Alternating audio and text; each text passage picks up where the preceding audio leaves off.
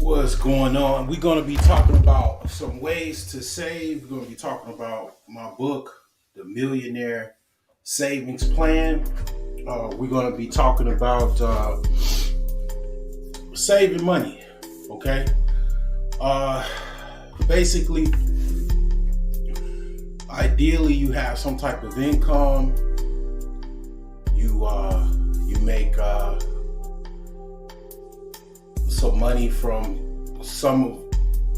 at least one or two of these sectors here. You make money and it hits your account or you have cash. We're going to be talking about some ways that you can save money, save cash, so you can invest, so you can take advantage of opportunities in the market. Okay, whether that be like I recommend in my book to buy assets like a car. If start off with a car, like buy a cheap car, and try to flip it. So like buy a 2009, 2010 Impala for dirt cheap, like less than $1,000. Do whatever it takes to fix that car up,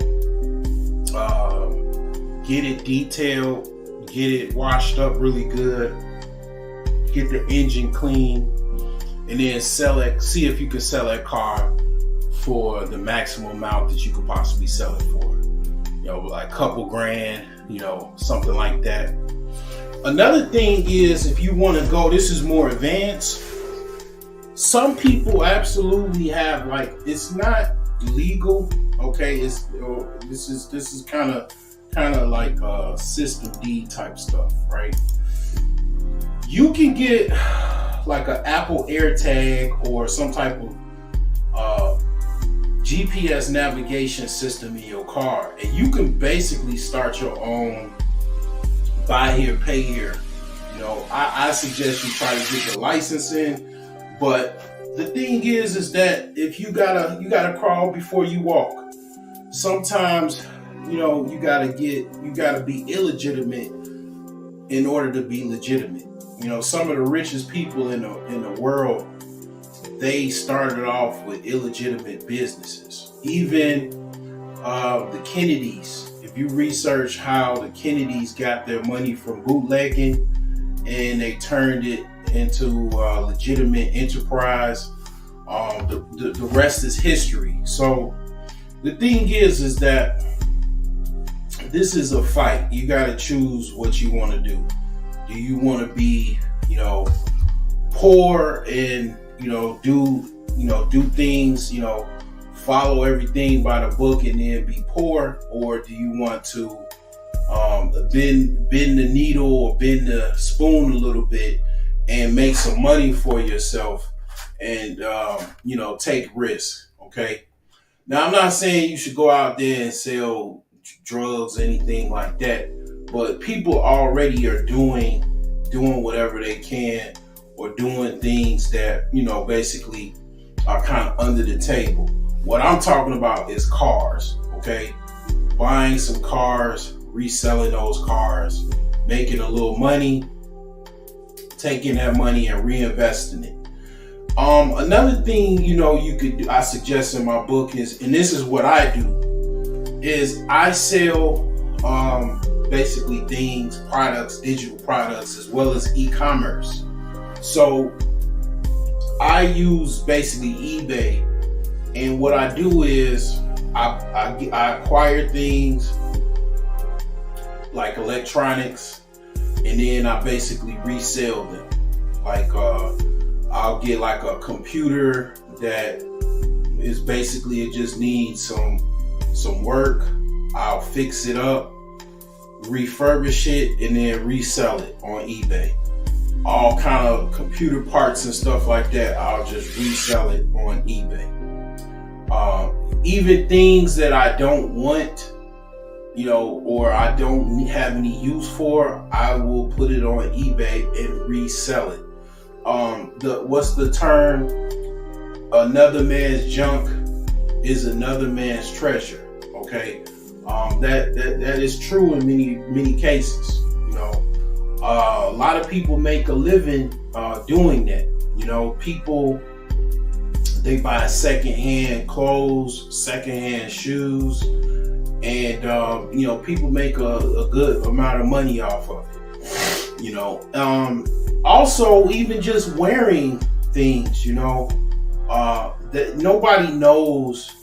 You know, it's like that meme video. Nobody will know.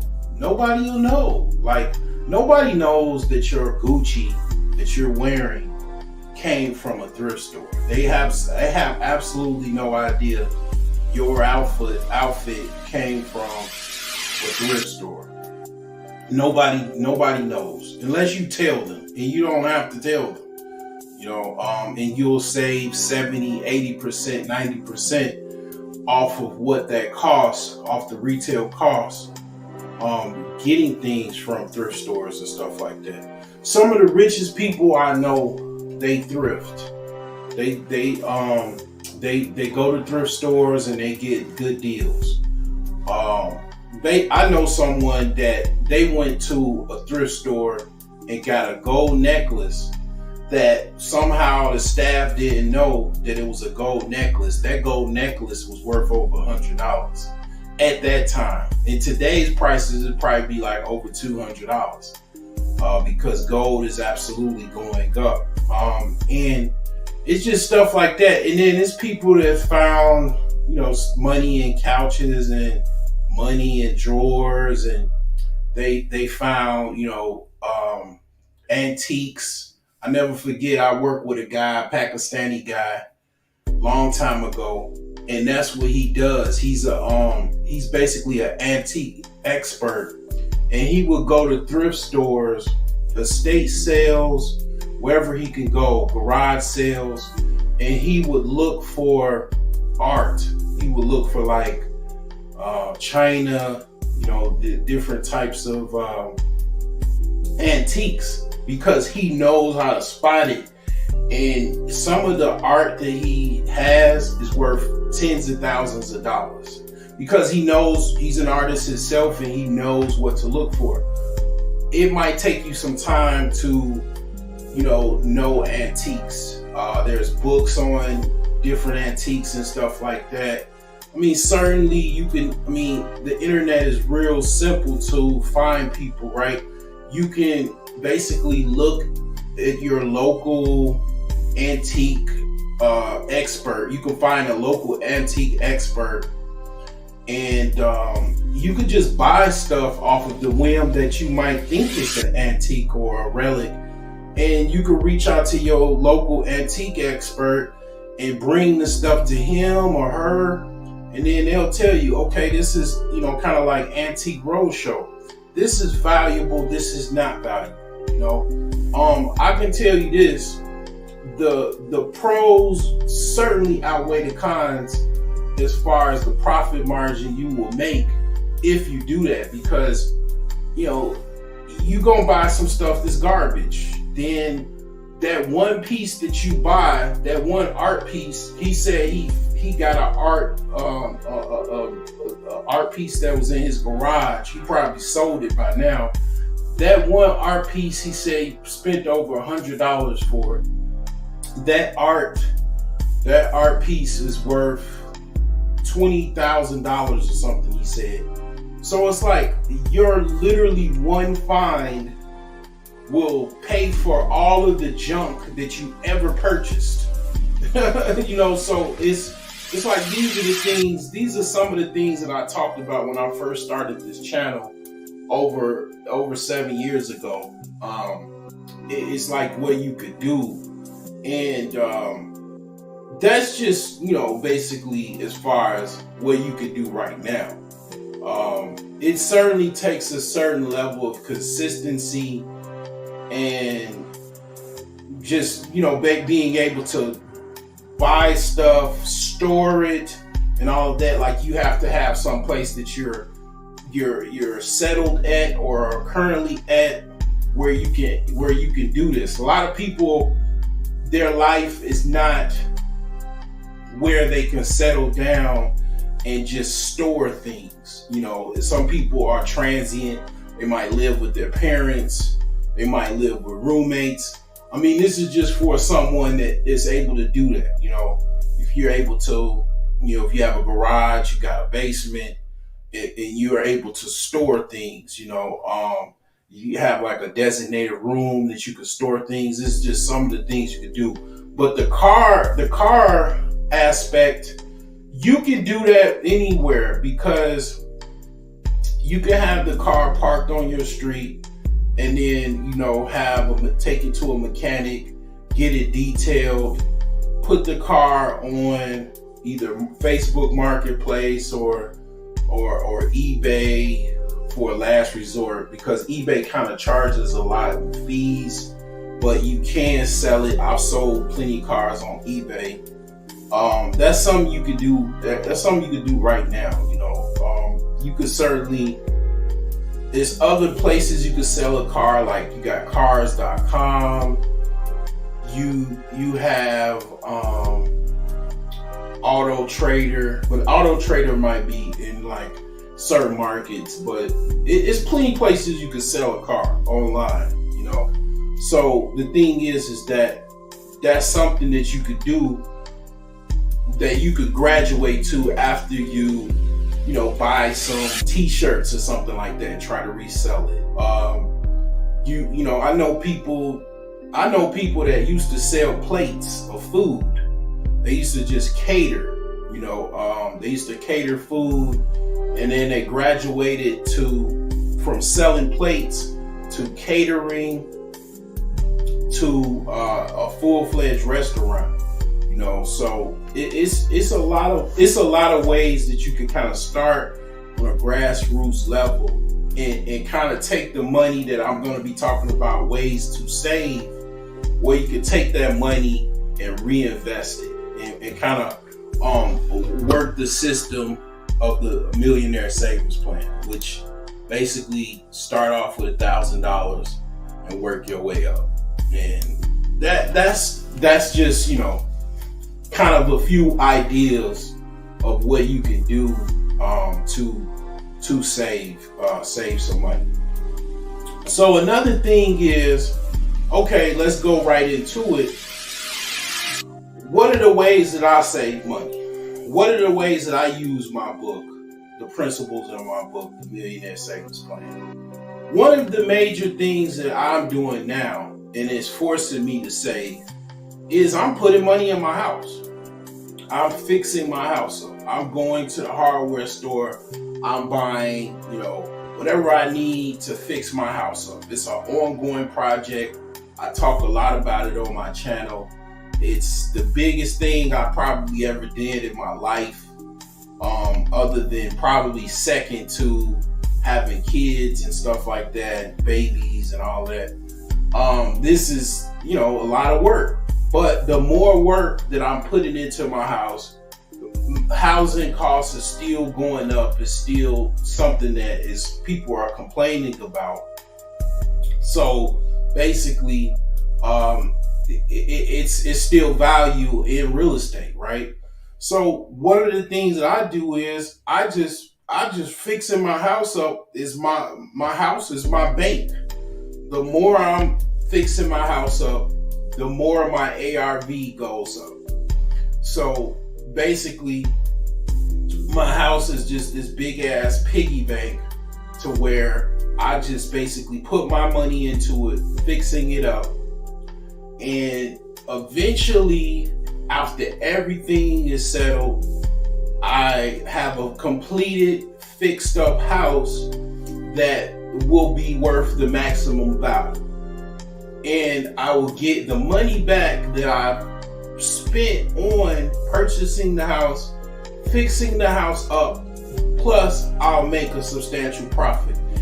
That's the hardest part, probably, thing to do, as far as like that. You have to kind of graduate from that. That's why I started with kind of like, selling whatever knickknacks or things that you have, clothes, shoes, whatever, you have as far as, things you don't need. You might have an old cell phone you don't need anymore. You might have an old laptop or tablet you don't need anymore. You can sell it on eBay or Facebook Marketplace. Take that money, and then you can basically put that into your savings. Now, here's the thing. This is more involved as far as things is concerned. How I save, outside of my house, what do I do? What are some of the methods that I use to basically save money? Okay. So one of the main ways, or more specific ways that I use myself to save money is I use basically automated savings method. Okay, so let me pull my old blog up. It's like, I'm pretty sure it's still up. And I'm pretty sure I have some info on automated savings.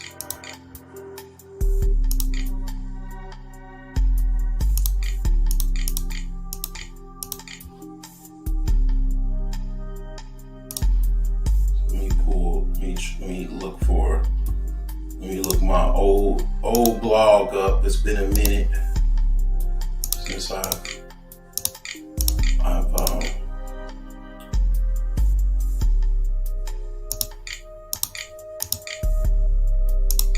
used this blog.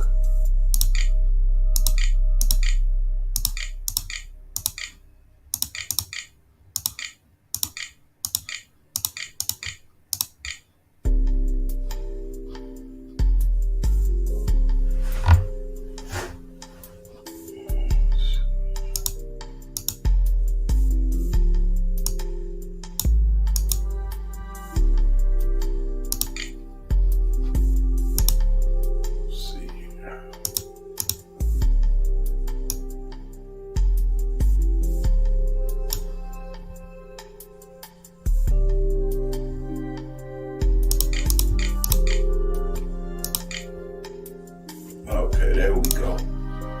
All right, let me put it in savings here.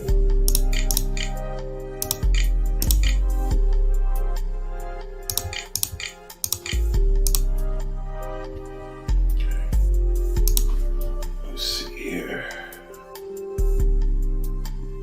Let's see if I can find this automated system that I use.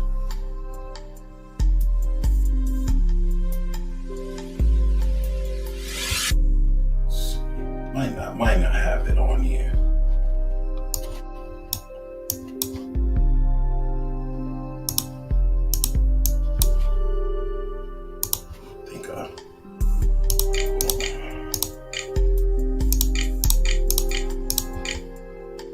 All right, let's see here.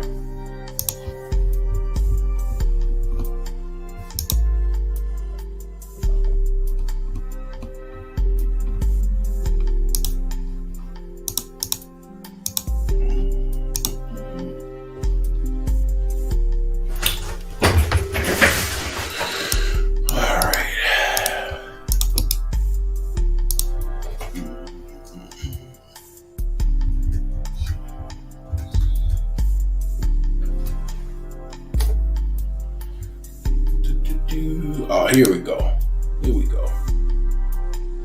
right. I got that. Okay.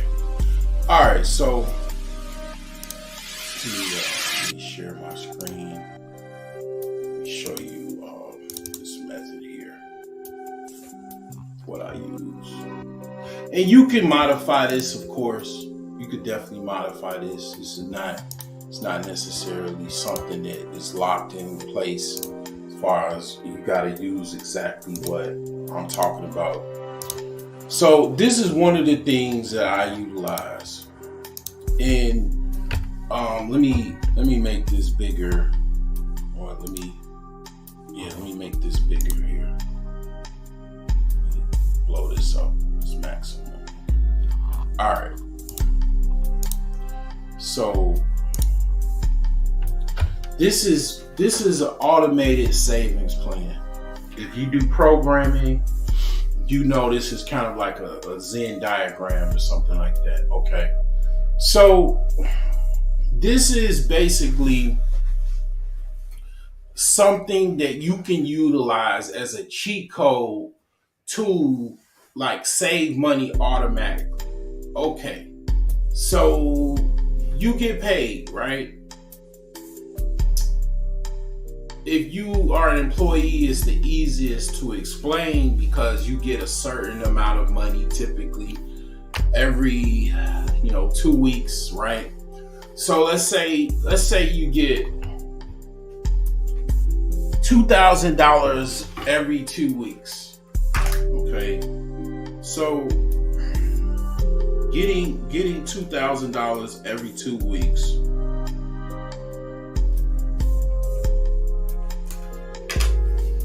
Calculator's not really working. I'll have to use my computer calculator. All right.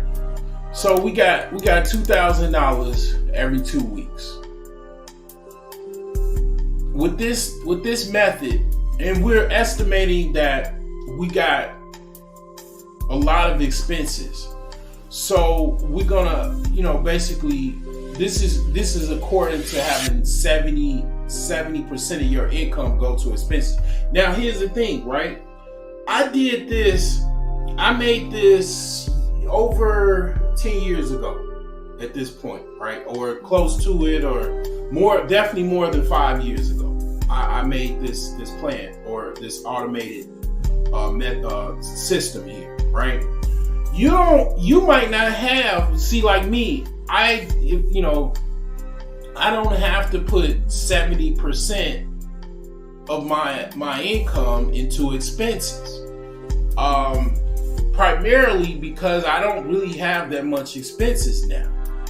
Okay, so this will easily be able to modify this to about 50% of the income going to expenses, and that extra 20 can be put into savings. 10% could be put into savings,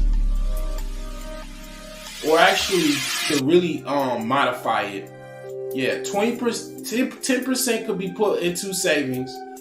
5% more could be put into a retirement fund, and then 5% more could be put into emergency fund. So instead of this 70%, it will be 50% to expenses, and it depends on your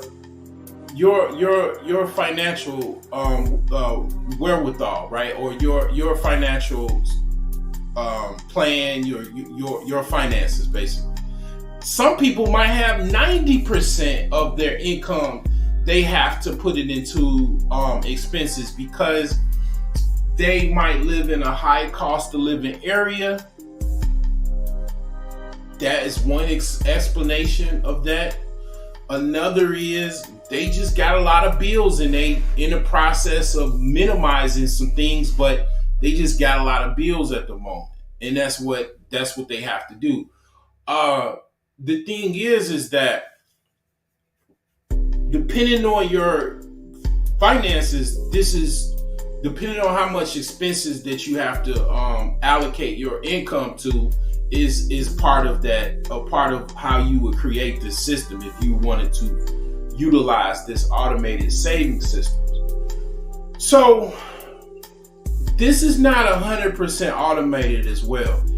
Your expenses is not, what I'm saying is I don't auto pay expenses, okay?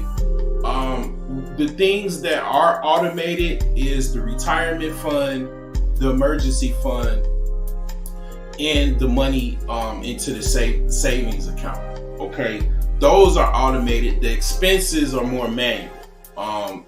You know, if you choose to do automated bill pay and stuff like that, that's fine. I definitely recommend it if you have the money, if you have the ability to do that. All right. So the thing is this, right? For explanation purposes, I'm going to go with what is on the screen. 70% to expenses, 20% to the savings account, 5% to IRA or some type of retirement fund, 5% to emergency fund. All right. So we got $2,000 every 2 weeks. We just going to say this is full net or whatever, you know. After taxes and everything, and getting $2,000. All right. So obviously,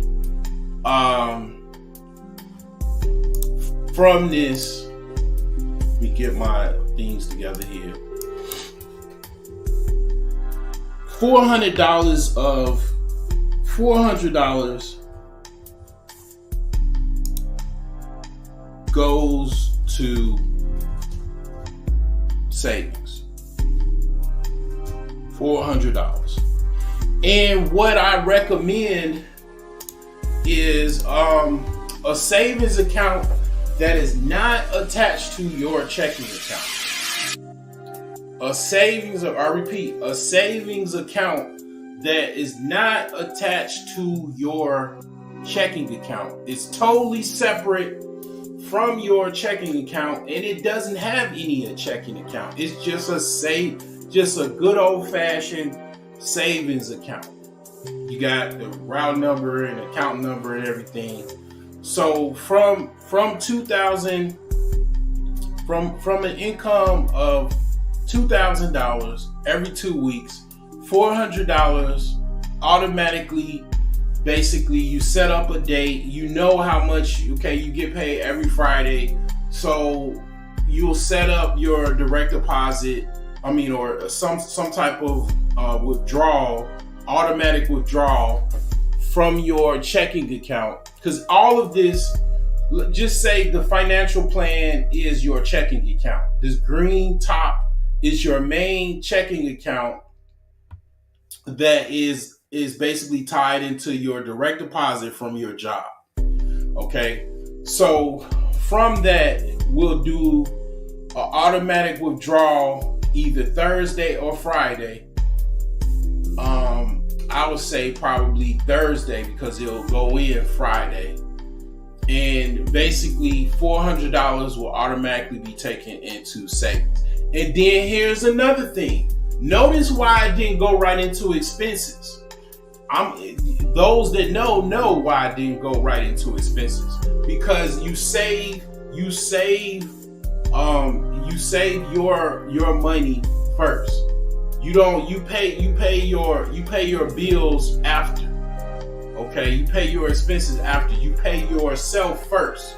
So $400 out of that $2,000 every 2 weeks, 20% going to automatic savings.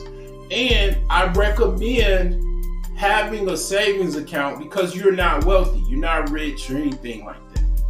You have a savings account that is local, meaning you can go to a bank, set up a savings account. You can take money in there. You can put money in. You can put money in the account. See an actual physical bank teller, and then also, take money out of the account if needed. Okay, so that is pretty much how you set that up. You automatically have a withdrawal. All banking systems now have some type of automatic withdrawal process that you can set up in your bank account online. Everything is set up for automation. It's been that way for over 10 years. All right. So after we set up the savings, we're gonna go right into the retirement, and we got 5% that's going into retirement. So off the top, I already know that is $100 that it goes to your retirement. So we got $100 going into retirement. Again, this could be set up however your finances is. If you don't have, some people live with parents or live with family. Their expenses is 30%, 20%. You know what I'm saying? It just depends on your finances. You might, live with, you already are married. You guys go 50-50. You go Dutch. And I don't know what people, I don't know what people are, have against going 50-50 or going Dutch. Have you been basically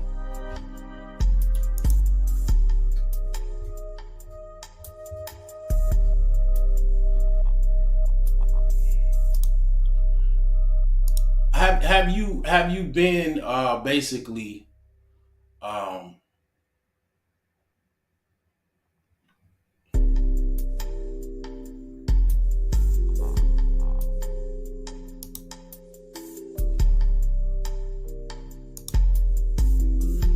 have you ever been to basically I'm trying to look where Dutch people live.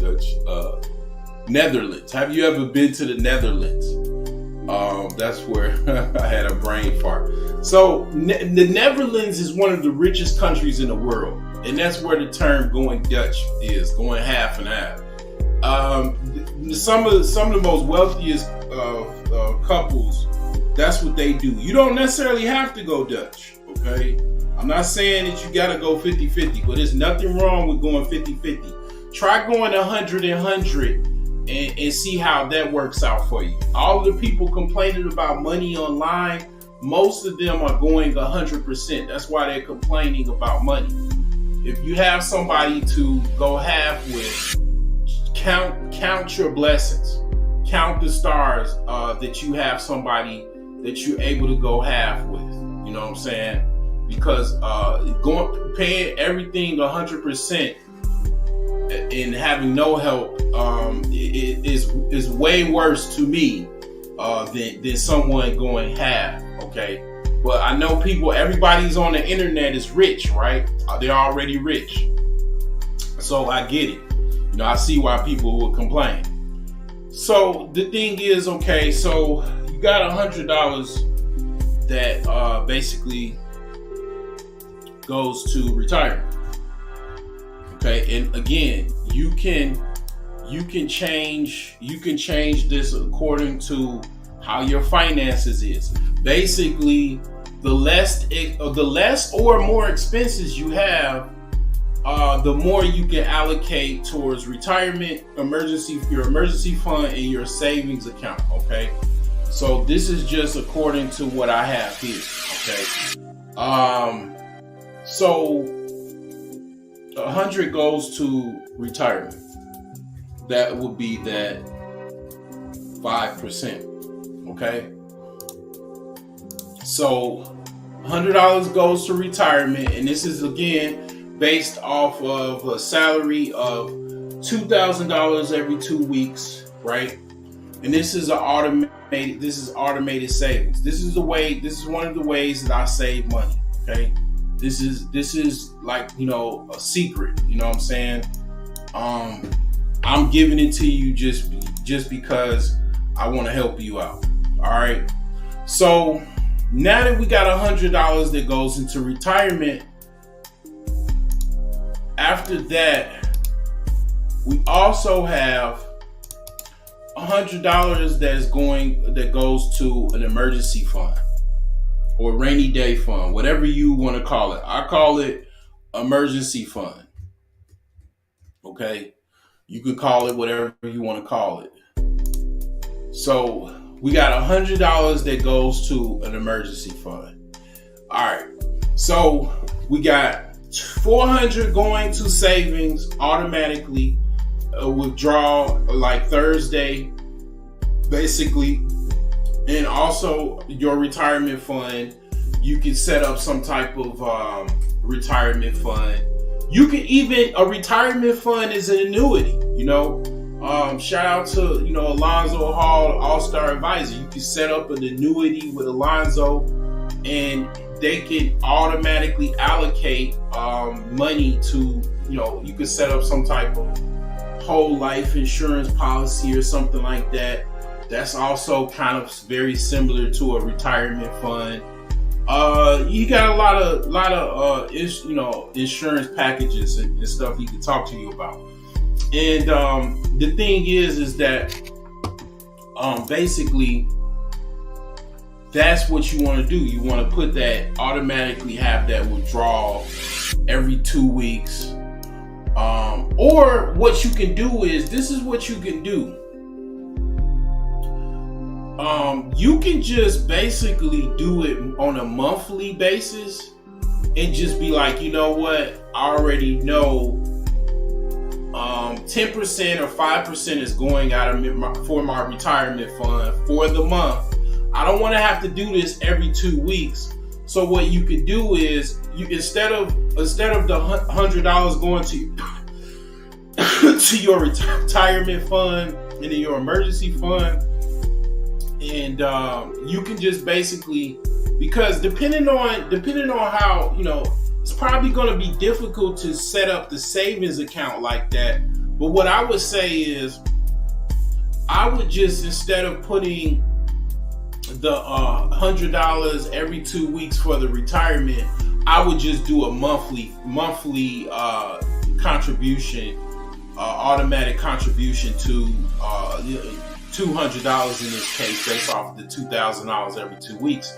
I would just go ahead and just do the full month, which would be $200 to the retirement fund and also to the emergency fund.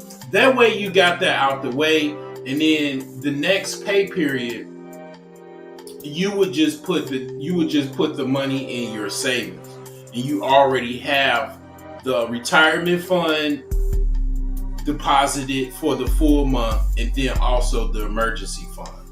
Okay, that's the way I would do it. That way you don't have all of these withdrawals going all over and stuff like that. You just do it once a month, and then that's it. Then the savings account, you'll just have that every 2 weeks. And then this is what will happen before I get into the expenses. This is what will happen. You will automatically start the Millionaire Savings Plan. This is the like automated way to basically save money for the Millionaire Savings Plan. After a while, you do the math. So if it was just based off of the $2,000, $4,000 a month net income, you literally will be saving roughly about, based off of this income, $800 a month for your savings, right?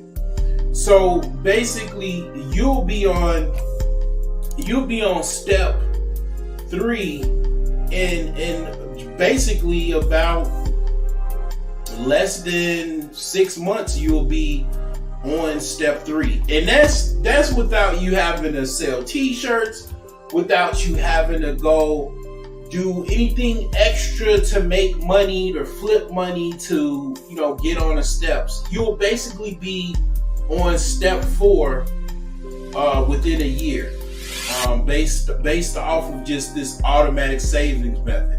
And you know what else you'll be? You'll basically not be living check to check. This is how you basically get out of living check to check as well. This is the main reason for the Millionaire Savings Plan, as well as for this financial system, this automatic saving system, right? Or automatic financial plan. Because basically you will eliminate living check to check. Even if, let's do the math and just say you got 90% of expenses, and you only have basically, let's just say you got 80% that you got to allocate to expenses, and then basically you only have 10% that you have to put into savings, and only 5%, just like it is to retirement and emergency fund.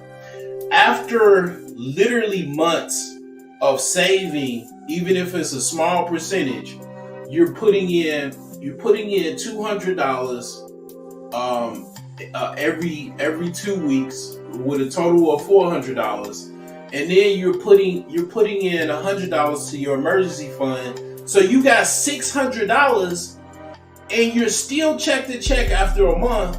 But notice 1 month, right? After, and then you probably gonna have to tap into your savings and emergency fund, because you're too tight. Your budget is way too tight, right?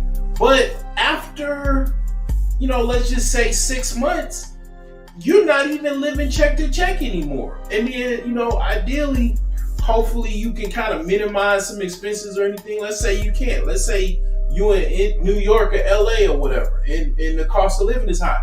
Well, you're still not living check to check, because even with allocating 80% of your income to expenses, because you don't really make that much, because $2,000 every 2 weeks net, you're roughly at about 60 to 70 grand. Ask me how I know. A year. So the thing is this, right? Even with only that little smaller money, because you have 80% of your income going to expenses, you're still saving 400, roughly about $600 for emergency fund and savings account, and you're still saving money to your retirement fund. So after about 6 months, basically, let's just say if you did not touch that money and you got 10% in savings that you've been saving, so roughly you've been saving about $400 a month, and then you've been saving $100 a month in another account. So you basically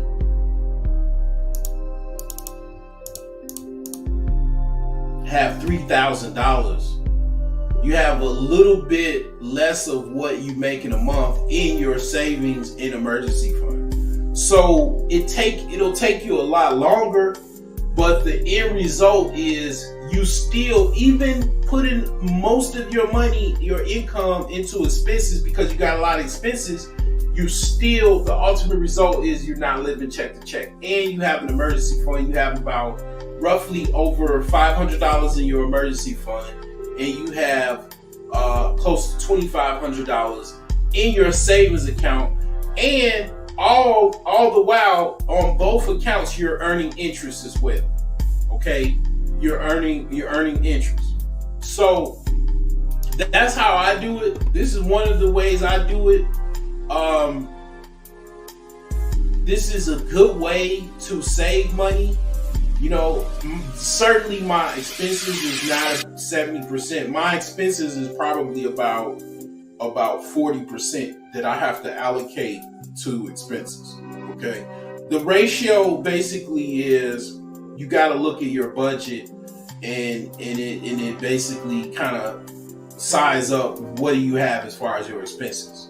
Okay. And then you'll know how much you have to allocate towards your income toward expenses. Okay. I would say mine would probably be about 40%, but the thing is that I have a house that I am currently renovating. So a lot of my money goes towards that and that expense as well, So it's one of the ways that I save money, right? So another thing is I'm going to go into is another way, and I've started utilizing this method to save money. Another way that you can save money is called the envelope method. Okay, and then I'm gonna play another video as well, because a lot of people think that they can't get out of this, and it's real easy to get out of this financial system of being, quote unquote broke and not having any money, living check to check. It's real simple to get out of it, but it takes some type of education in order to get out of it. Okay, so it does take a little bit of education to kind of get out of this check to check stuff,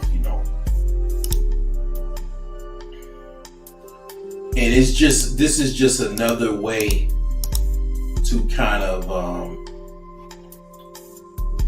basically save money, basically save money, right? So I'm going to basically play a video of what I shared on my community tab of ways you can save money, save cash using this envelope method, cash stuffing method, rather. So let me go into this here. All right. So let me share this video here. Let me stop this. Share this here. All right. So you probably see a lot of women doing this, but basically, it's a way you can save money, and it's called the envelope method. It's also a book that you can get. It's a book that you can get. Let me just go to Amazon, because I know you guys are Amazon lovers. Definitely purchase my book, The Millionaire Savings Plan, on Amazon.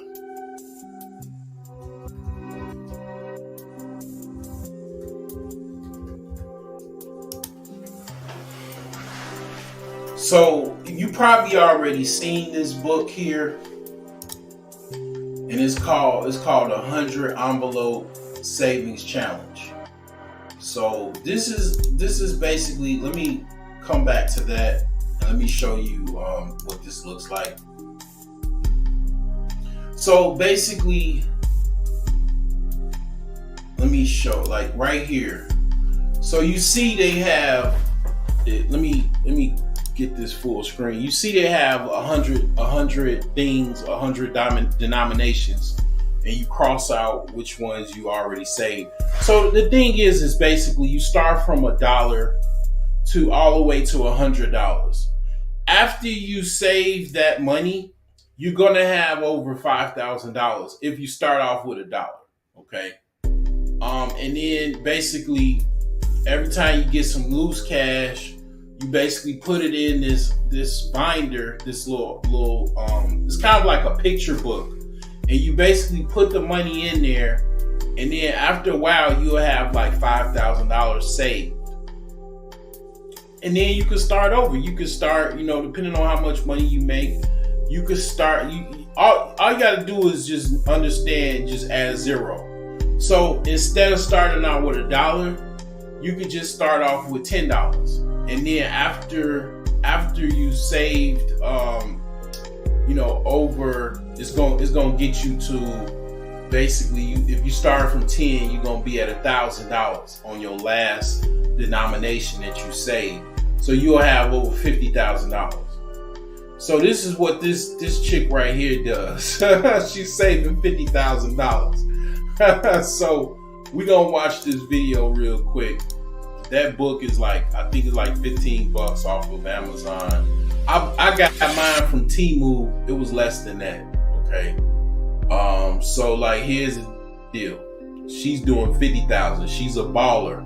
Shot caller, 20-inch blades on the Impala. So she's doing the 50K challenge. I'm gonna be honest with you. If you got the wherewithal and you make, let's just say, you make over $5,000 or $6,000 a month, you probably can do this 5K challenge, the 5K challenge, You could do that within probably 90 days, less than 90 days, or a little bit more, depending on how hard it is for you to save and what your, how your finances is. You can knock out the 5K savings in like probably 90 days, or definitely within 6 months. The 50K, that's what I'm talking about. You know what I'm saying? Go ahead and try to get 50K. You know what I'm saying? Start off with 10 and work your way up. But this is a way that you can save money, cash money, and then you take that money, $5,000. You could get you a car. You could flip you a car. You could buy a couple cars and then fix them up and resell them. You know what I'm saying? Now that $5,000, you done flipped it. You got 15. You got 20 grand. Or at least 10. Off of that $5,000, and then you steady growing that money, and you making more money. You know what I'm saying? So this is a kind of like it's not automated. It's a more manual way, because some people have problems saving money. I'm not gonna lie to you. The reason why I created the Millionaire Savings Plan is because I had a problem saving money. Okay, a lot of people do have a problem saving money. It just is what it is. So this is just another way to help you save money. Hello, friends, and welcome back to A Soul Tempted Life. Thank you for all of my supporters, all of my new subscribers. I really do appreciate all of the support and love. I know I sound like I'm out of breath. It's because I am. I had to go chase my pup for a sec. But anyway, so today I'm doing a video to show you guys what I've been pondering on. As you know, this is my 50K 100 envelope challenge. And what I normally do is do smaller challenges to fill this 50K challenge. I started this back in August. And my intent is that it's probably going to take me 2 years. My goal is 1.5 years, but it may take me 2 years to complete this, unless I start strategizing. So that's what I have been thinking about doing. I know when I started this, I was so eager to get started. And so I started from the top, just stuffing these numbers here. And then I started thinking, so I got 3 rows completed. And I started thinking about the fact that I probably should have started from the bottom and then worked my way up. And that way it would be easier in my mind for me to go ahead and complete after I fill the larger envelopes. So that's what I'm going to do. So what I'm going to do is to unstuff my 50K 100 envelope. And so what she's talking about is she's starting off the hardest part. And I've seen people in the comment sections talk about that. She's starting off the 100. She's starting off harder than what it is. Actually, I take that back. You don't save $1,000. You save $200. So you go all the way up to 200. You start from 10 and you work your way up to 200. So that's even easier. But the thing is that what she's saying is she started off small. She's trying to start harder, because the hardest part is that when you get towards the end. So what she's saying is she's going to try to start towards the end. In my opinion, I'd rather start off, slow, because trying to start off hard, it might be very intimidating for most people. You know what I'm saying? So it depends on how much money you got to work with. I find myself, me doing this is like I'm starting off small, and it just kind of like it does a few things. I noticed from doing this envelope challenge, it makes you want to get more cash, because a lot of times, here's the thing: when you use your credit cards and debit cards, you don't even think the concept of you got money or cash like that. You you're not actually physically having the money. You're not really spending the money. You're spending a debit card. You just swiping your card. It's just kind of going out of your pocket fast, and you're not saving anything. It's hard to save like that, right? Well, this is an old-fashioned kind of trick in order for you to save cash. And it's a good way to do it. I find myself definitely saving a lot more cash. And I'm gonna be honest, the reason why that this is a good method is a lot of people are cash poor.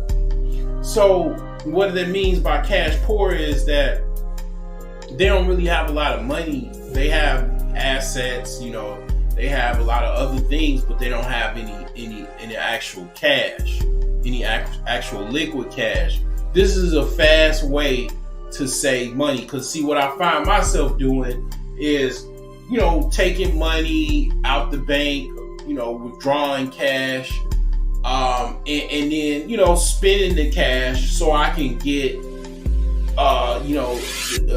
cash to bring and then save, in my envelope book. You know what I'm saying? So this is a way to do that, to where, you basically saving more money. A lot of people have problems even with the automated system. This is another way that you can also have more additional money. You know what I'm saying? Because the goal is to have as much money as you possibly can. You know what I'm saying? That's always a good thing, to have more money. You know what I'm saying? So that's what she's talking about, trying to start at the bottom. So you can start at the bottom. It's up to you. Let's go. Let's finish watching. It. But start with the higher numbers.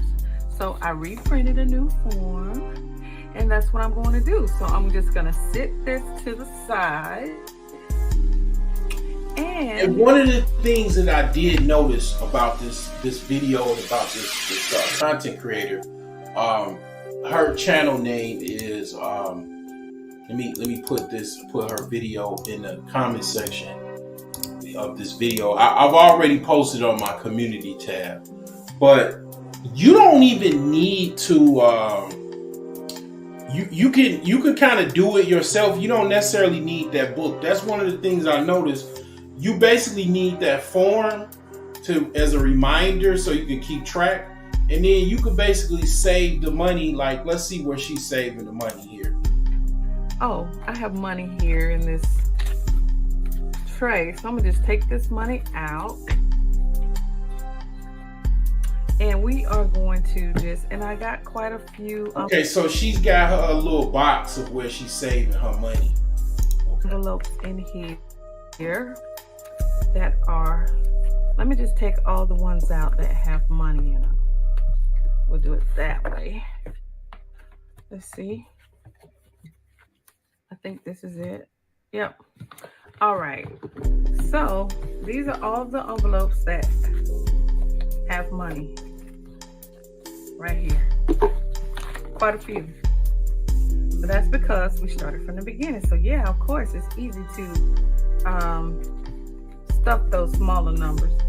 So let's just start unstuffing. You know what she reminds me of? She reminds me of the rich auntie. Everybody got a rich auntie. She reminds me of the rich auntie. We're going to unstuff it, and then we're going to count it. Absolutely. See how much we have.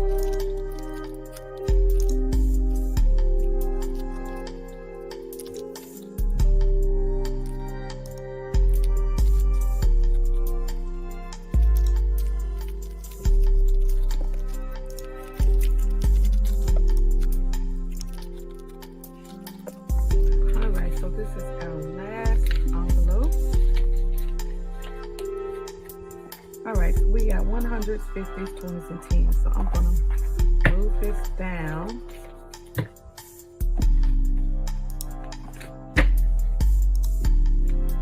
So we can count and see how much we have. All right. So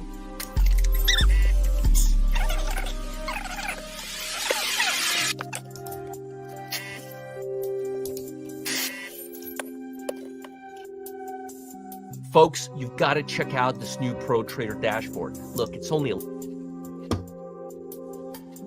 11 a.m. in the morning, and we've already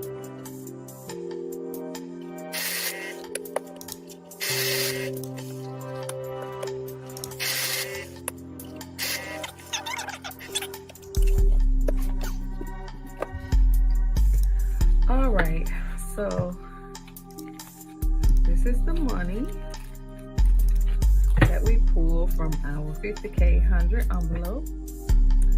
So let's count this money. Calculator. 1, 2, 3, 4, 5.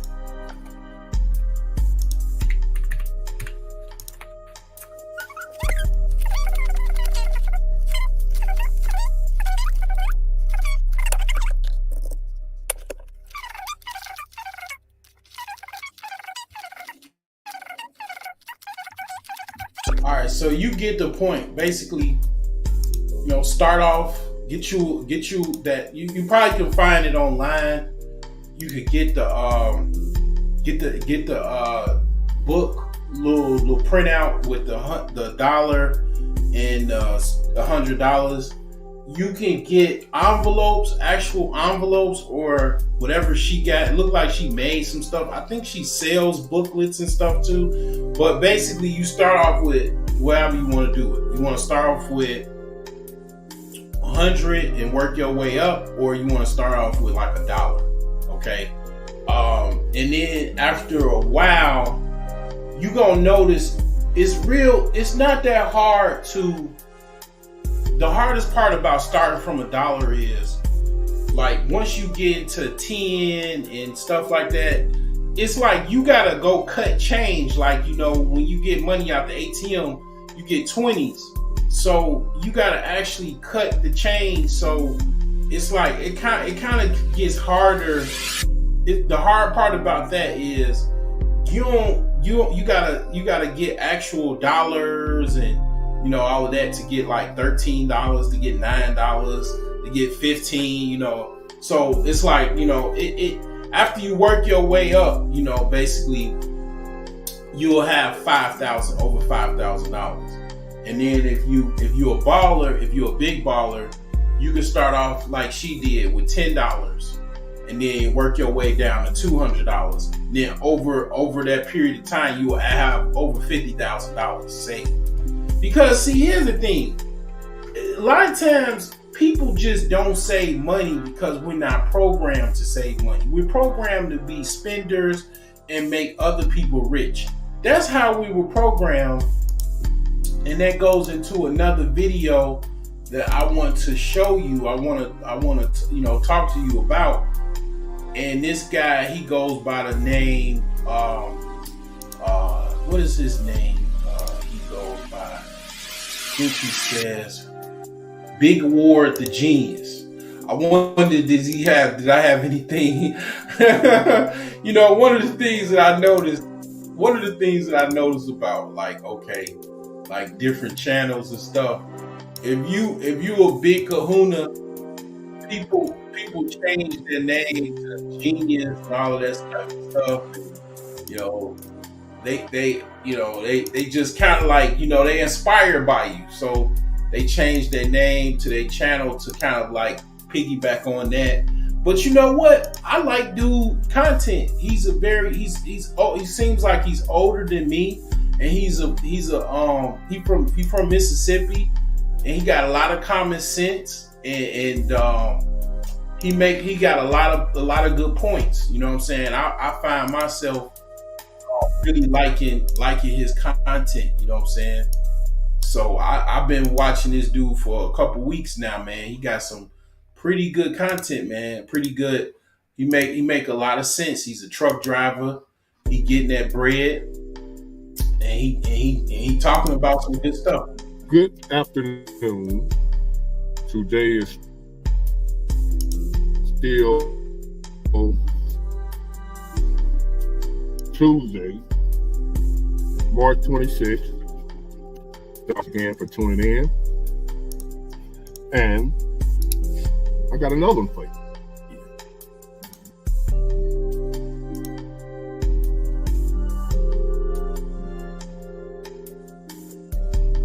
So, I remember, and he was like,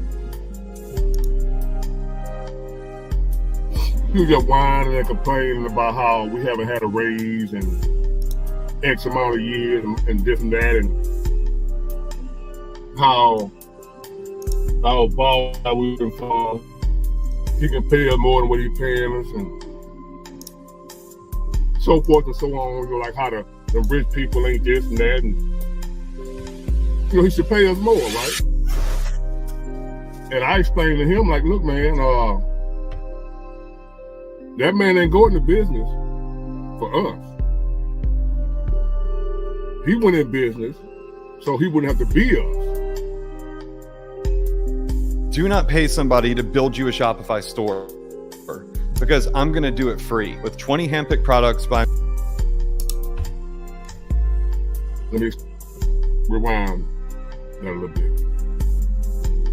My coworker was complaining about we wasn't making what he thought we should be making, which we wasn't. The owner, the guy we worked for, he could afford to pay us more, which he could. All that was true. But what's also true is that man didn't start his company to do us a favor. He started his company so he wouldn't be us, standing around the time clock complaining about we're not making enough.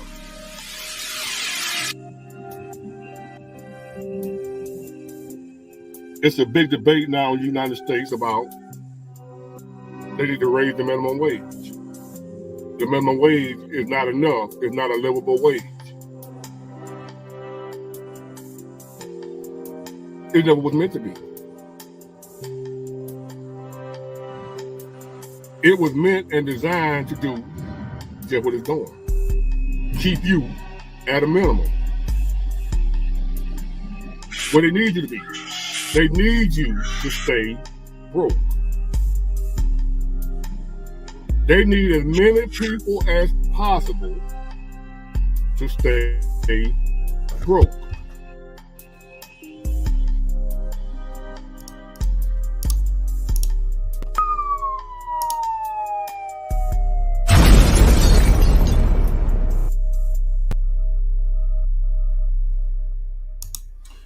Absolutely.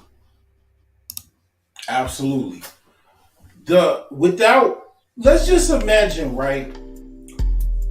The United States, a United States where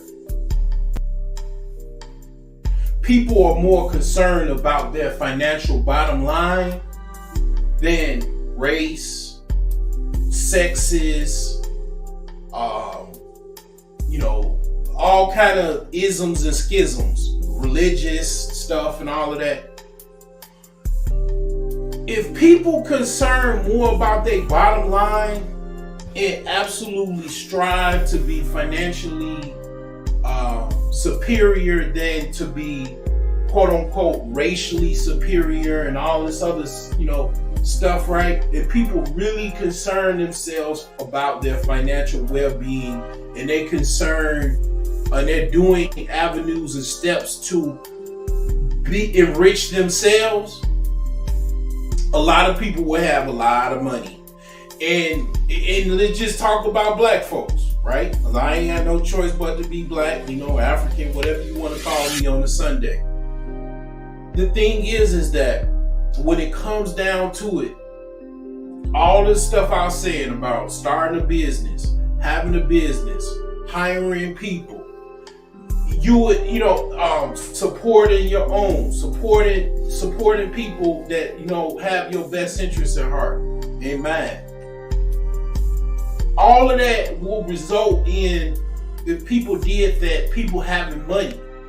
More people got money, the less people need money to go having to do these jobs where, basically you don't like the job and you got to toll and you got to suffer. Your kids got to go suffer because they got to go get a job and everything because you don't have no money for them. You don't got no job for them. All of that type of stuff is the culmination of why people do what they do.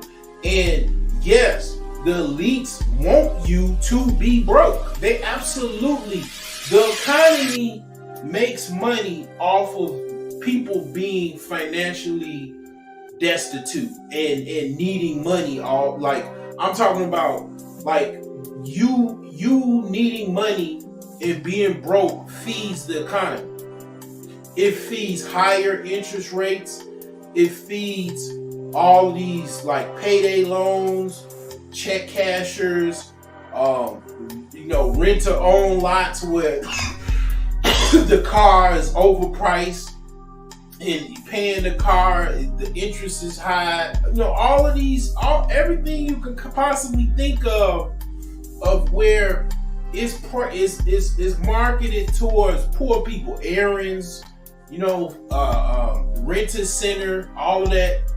It's for broke people. It's for people that don't have no money. And if they didn't have all of these people that was supporting them, all of these, buy now, pay later and all of that stuff, that is feeding this, economy. It's feeding the, making the rich richer and the poor poor. And they absolutely want you to be broke. I've been saying this from the start. I've been saying this from the start of my channel.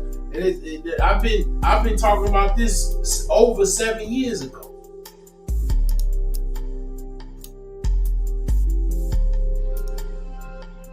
You get it? So ain't no point of you sitting around crying and whining about their minimum wage. They might raise a few pennies here and there just to calm the people down, the peasants down a little bit. But overall, it'll never be to where you will be able to go live where the guy you work for lives. It don't work like that. The guy we were working for, he used to be at the time clock too. He got tired of it. But instead of expecting, because I know the guy, instead of expecting somebody else to make his way easy, to give him the life that he wanted to live, to pay him enough for the life he wanted to live, he decided, I'm gonna go out and get it myself. Hold on, y'all.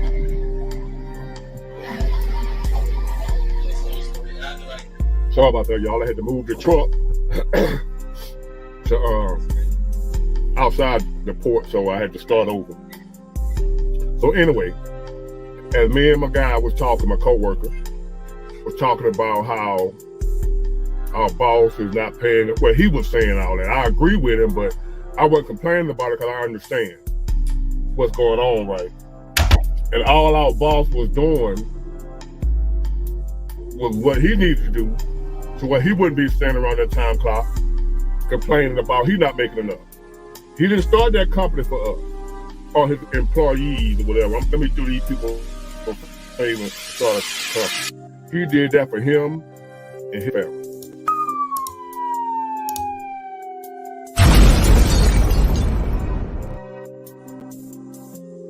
Message.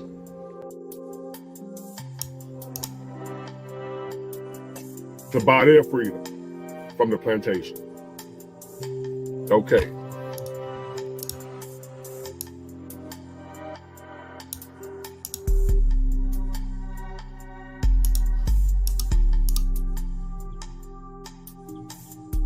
A lot of us, let me get y'all a stat right, but y'all probably heard this number before.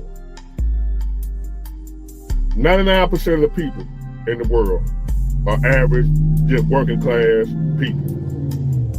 1% are elite. The haves, pretty much. The wealthy, rich people. 1%.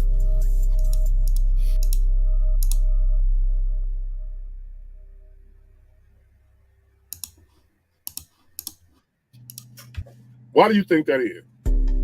Do you think those people at the top are just that smart? A lot of people think they stole it or whatever, you know. I don't believe that. Do you think they're just that smart and the rest of us are just goofy? So out of every 1,000 people, what's 1% of 1,000? One person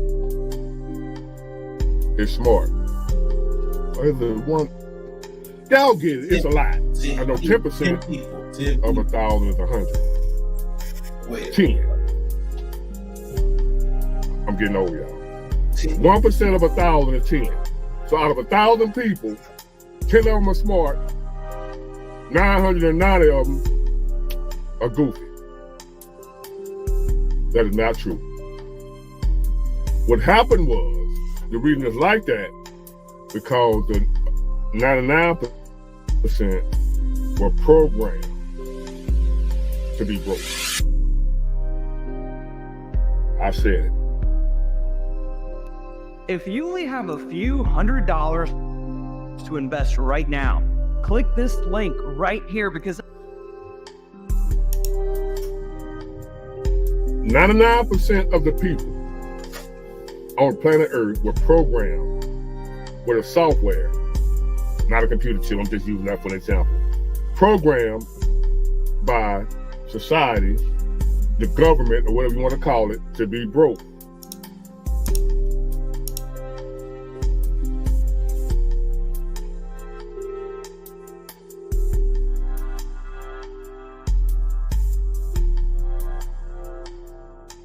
And they're about to cry. I'm broke. I'm really a broke nigga, yo. I'm really a broke nigga.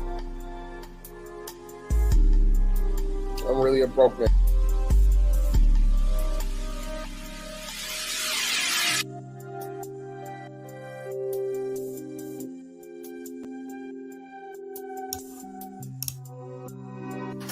Some of us are under the illusion that the government works for us. We work for the government. And the government ain't the politicians that we see on TV in Congress and Senate and the president. That's not the government. Government stands for the governing body. Who's governing the world is not the politician. They answer to somebody that we don't know, that we don't see. That's who has programmed us to be broke, so that we will have to continue to work for them. So I hear the word. I'm not making it up.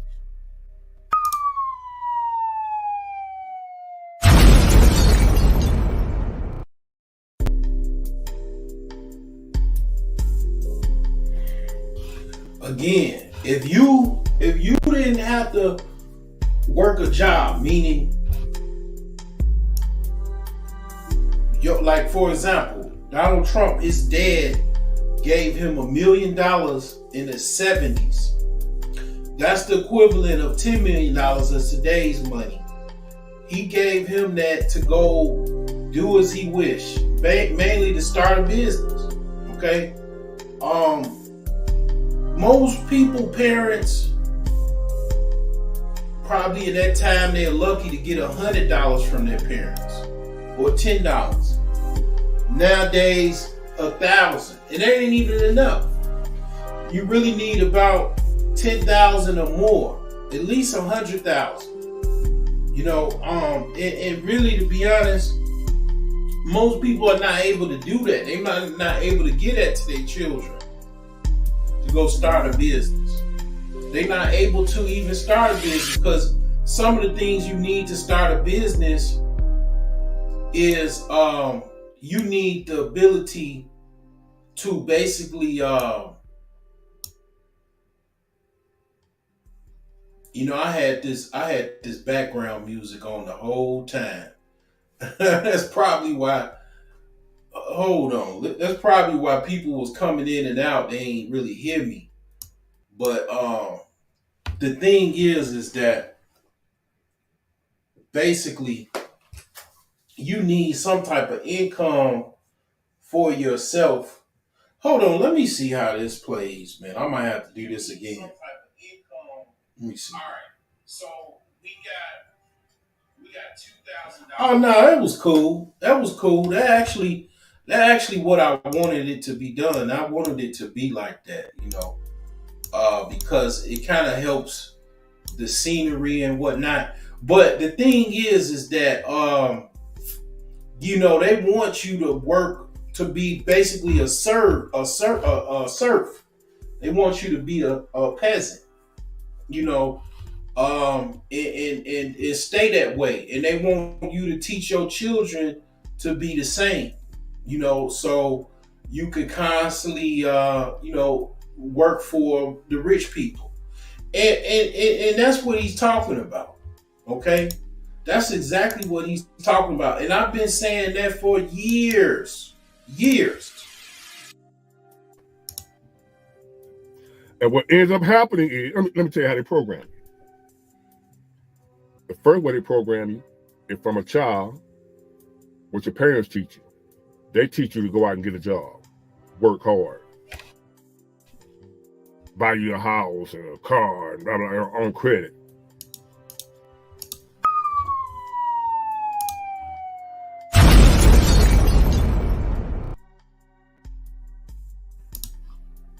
Exactly.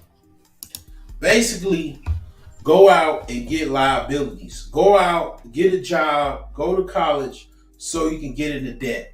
That's what the programming is. And your parents don't know no better. That's what they tell you to do. Because that's what they thought. That's what their parents told them. That's what their friends told them. And they don't know no better. Message. I'm Michael Jordan. Stop it. Get some help.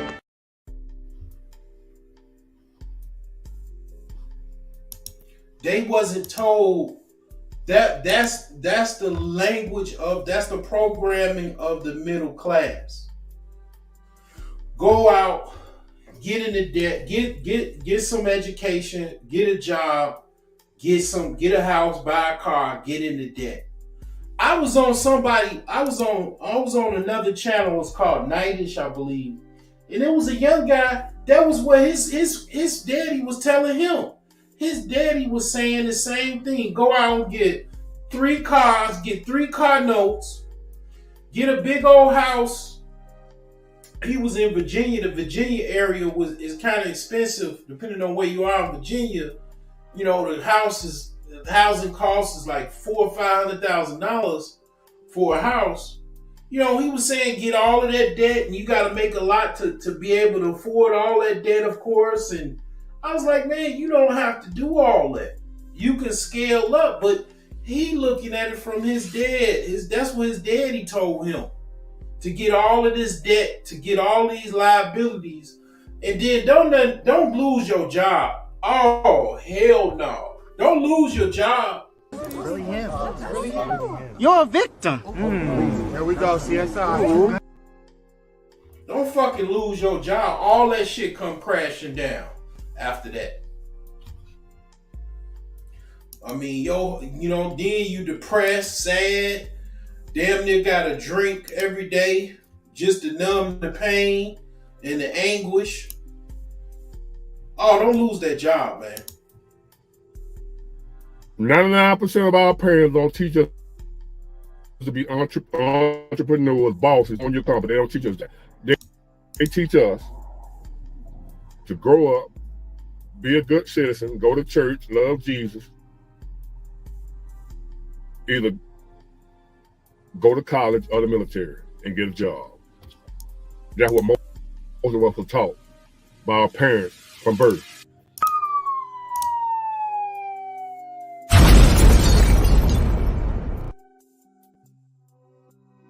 Now, this is what they're training you to be. Right down here. Poor. To keep being poor. See, that's the language of the middle class. To be poor. Okay? To be in the middle of being poor and rich. I'm gonna tell you the secret of the wealthy. You'll be like, what the fuck does he know? What is he talking about? He ain't even wealthy or rich. I ain't broke. I ain't poor. And you seen from the last, you watch my content on my channel from the last 5 years. I'm gonna tell you something. You done seen me. I done showed on here me making. I'm gonna tell you the truth, man. I got out of jail in 2018. I was in poverty for like 2 years because I couldn't even hardly work. I couldn't barely work. I had a house arrest monitor on my ankle. I ain't started making no money, serious amount of money, till about 2019 is when I started making close to what I was making before I went to jail. Then in 2020, I started making, a little bit more than that. And it's like, I done, and then I had all of the debt that I had, the student loans and all of that type of stuff. I ain't had no house. I was living with my sister. You done seen a transformation from the last 5 years to now that I pretty much I'm amazed by myself, but I ain't nowhere near to this chart over the right, the 1%. That is literally off the chart. They so off the chart, you can't even fit them on the chart. So the thing is what they do is they make money off of fucking infinite interest. Basically, what is called, it's not called infinite interest, but you can say that. You can definitely say infinite interest. The term is compound interest. Compounding. So how do you compound? Broke genius, how do you compound? You buy stocks, stock options.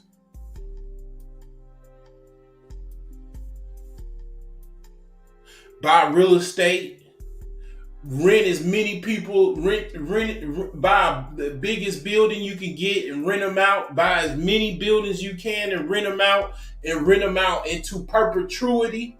Meaning, if your ass die, your kids collect the rent. And then when they die, their kids collect the rent. And then after a while, you're gonna have so much damn money, you're gonna be so rich. You're going to be on the 1% chart. That is what they don't tell you in school.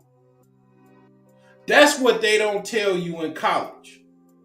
But in order to do that, you really kill your wealth or your opportunity for wealth because you get all of this student loan debt.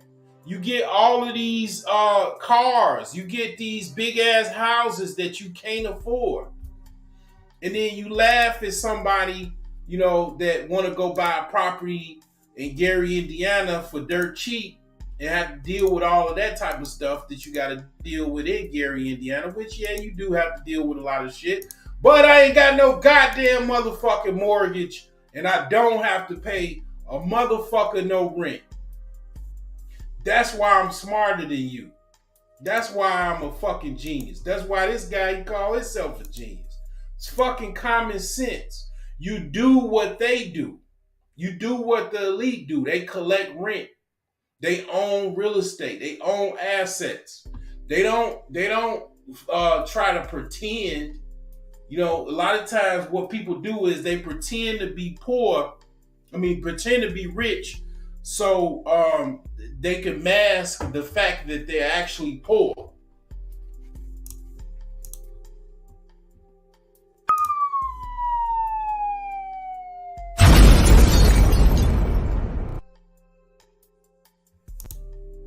Stop the cap. Message.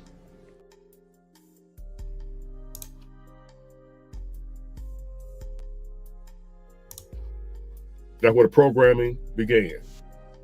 Then as we get older, we go to school.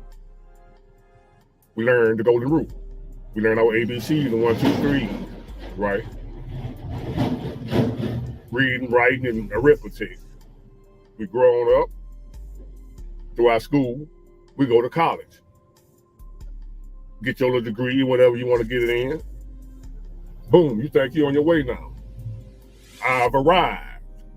Not knowing all you've been done is programmed. You just received a programming to go work for somebody. Cash stock trading bot for 30 days. And if you're not satisfied with the growth, you get a full refund.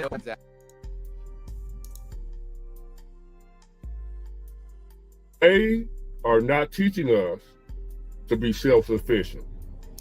We're all programmed to be dependent on them. I ain't depending on nobody, big boy. I got my degree and blah, blah, blah, blah, blah, blah. You depending on them in order to be able to use your degree. You're not using your degree to work for yourself. You got your degree to go work for somebody else. So therefore, with your degree, you still dependent on somebody for your income, for your living, for your survival.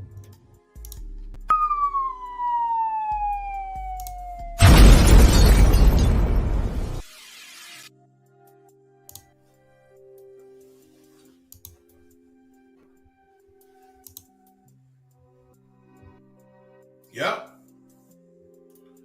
Still ain't free with that degree. You still, you really, I mean, the best thing you could do with a degree is you know, basically get you some income, get you some funding so you can start your business. You can work for a business if you just so happy, if you just a happy robot. And they called this in sociology. When I was going to school for sociology, they called this the happy robot.